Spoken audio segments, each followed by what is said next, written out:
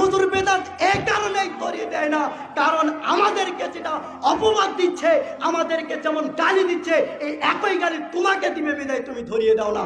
আমরা এটা কখনোই পরোয়া করি না। আহলুল হাদিস মানে বেটা যারা সহিহ হাদিসকে নির্দ্বিধায় মেনে নেয়, কোরআন সুন্নাহ স্পষ্ট হওয়ার পরে আর কোনো বড় মুফতিকে গ্রহণ করে না, আর কোনো মাদানিকে গ্রহণ করে না, আর কোনো কামিল মাদ্রাসার সুপারকে গ্রহণ করে না, আর কোনো মুহাদ্দিসকে গ্রহণ করে না। এরাই হলো আহলুল হাদিস।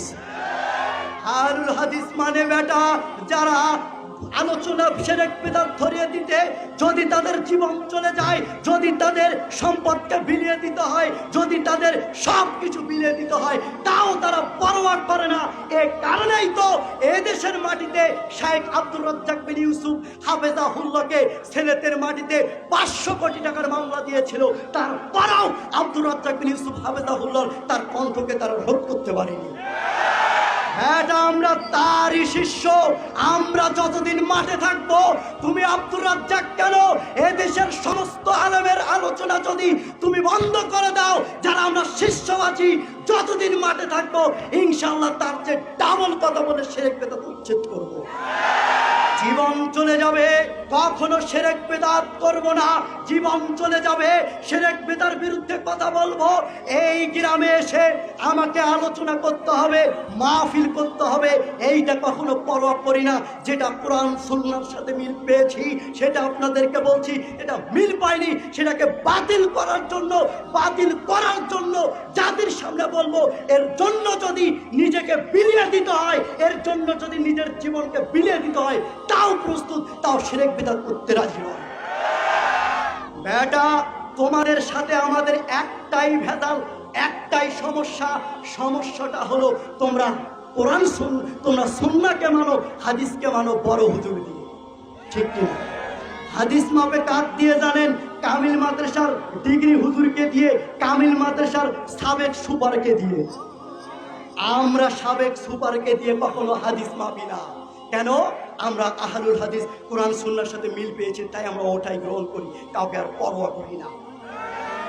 সম্মানিত উপস্থিতি, আপনাকে একটু দেখাই, আহলুল হাদিস হচ্ছে তারাই যারা রাসূলের সুন্নাতকে স্পষ্ট হওয়ার পরে তারা ওইটাকে গ্রহণ করে। একটু দলিল শুনি, এতক্ষণ তো সিম্পল বললাম, একটু দলিলগুলো শোনেন। দলিলগুলো শুনলে আপনারা বুঝতে পারবেন যে আমি কি বললাম। দেখেন, রাসূলের সুন্নাতকে গ্রহণ করতে হবে। আপনারা যারা মূল কিতাব, যারা মাদ্রাসার শিক্ষক আছেন, তিরমিজি খুলবেন, কিতাবুল হজ হাদিস নাম্বার 822 মূল কিতাব। আর যারা বাংলা হাদিস ব্যবহার করেন, হাদিস নাম্বার দেখেন, মূল কিতাব হাদিস নাম্বার 822, আর যেটা বাংলা এর হাদিস নাম্বার 824 কিতাবুল হজ্জে। একদিন ওমর ইবনে খাত্তাব রাদিয়াল্লাহু তাআলা আনহুর কাছে একজন ব্যক্তি গিয়ে জিজ্ঞাসা করলেন, হে ওমর ইবনে খাত্তাব, হজে তামাত্তু জায়েজ না নাজায়েজ? তখন তিনি বললেন নাজায়েজ। প্রশ্নকর্তা আবার ইবনে ওমর তার ছেলেকে গিয়ে বললেন, হে ইবনে ওমর, তুমি বলো হজে তামাত্তু জায়েজ না নাজায়েজ? তখন তিনি বলছেন জায়েজ। এই প্রশ্নকর্তা আশ্চর্য হয়ে গেলেন, আরে বাপ বলছে না জায়েজ, বেটা বলছে জায়েজ, তো বাপকে মানবো না বেটাকে মানবো? এ নিয়ে আশ্চর্য হয়েছে। তখন ইবনে ওমর বলছেন, আরে আমার বাপকেও না, আমাকেও না, আমি নবী মুহাম্মদ সাল্লাল্লাহু আলাইহি সাল্লামকে হজে তামাত্তু করতে দেখেছি।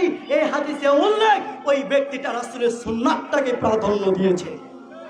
শুধু কি তাই, আরেকটা দলিল নেন। যারা মূল কিতাব ব্যবহার করেন, সহিহুল বুখারী কিতাবুল হজ হাদিস নাম্বার 1561, আর যারা মূল কিতাব বাংলা হাদিস ব্যবহার করেন, হাদিস নাম্বার 1563। ওসমান রাদিয়াল্লাহু তাআলা আনহু হজে তামাত্তুকে তিনি নাজায়েজ মনে করতেন, তিনি বাধা দিয়েছেন। এই বাধাগ্রস্ত কথা যখন আলী রাদিয়াল্লাহু তাআলা আনহু শুনতে পেরেছেন, তখন তিনি আশ্চর্য হয়ে বলছেন, আরে আমি আল্লাহর নবীজিকে হজে তামাত্তু করতে দেখেছি, আর ওসমান বলছে চলবে না, এটা কেমন কথা? এই হাদিসে উল্লেখ, ওই সময়তে আলী রাদিয়াল্লাহু তাআলা আনহু বলছেন, আমি আল্লাহর নবীজিকে হজে তামাত্তু করতে দেখেছি। এই হাদিসে উল্লেখ, ওই ব্যক্তিটা রাসূলের সুন্নাতটাকে প্রাধান্য দিয়েছে। সুবহানাল্লাহ বলবেন না? বেটা আমরাই হলো আহলুল হাদিস। কেন? আমরা রাসূলের সুন্নাতকে প্রাধান্য দেই, আর কারো সুন্নাতকে প্রাধান্য দেই না। আপনারা একটা প্রশ্ন করি, আপনি দিল থেকে বলুন তো, রাসূল এবং সাহাবীদের মাঝে যদি কোনো বিষয় নিয়ে সংঘর্ষ হয় তখন কারটা প্রাধান্য পাবে বলেন? এত আসতে বললেন, এই কয়জন জানেন কারটা পাবে?